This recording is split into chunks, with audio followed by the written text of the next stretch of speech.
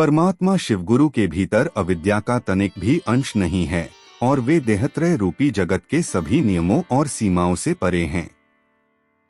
इसलिए उनका निरावरण स्वरूप अज्ञानी लोगों को नग्नता के रूप में प्रतीत होता है।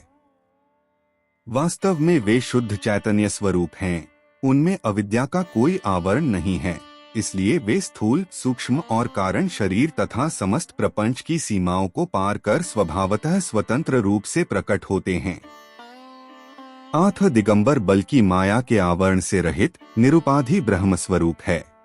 অবিদ্যার লেশমাত্র ও যেহেতু পরমাত্মা শিবগুরুর মধ্যে নেই এবং তিনি দেহত্রয় রূপ প্রপঞ্চের বিধিনিষেধের অতীত, তাই তাঁর নিরাবরণ স্বরূপ মোট জনের কাছে নগ্নতা বলে প্রতীয়মান হয়, অর্থাৎ বিশুদ্ধ চৈতন্য স্বরূপ।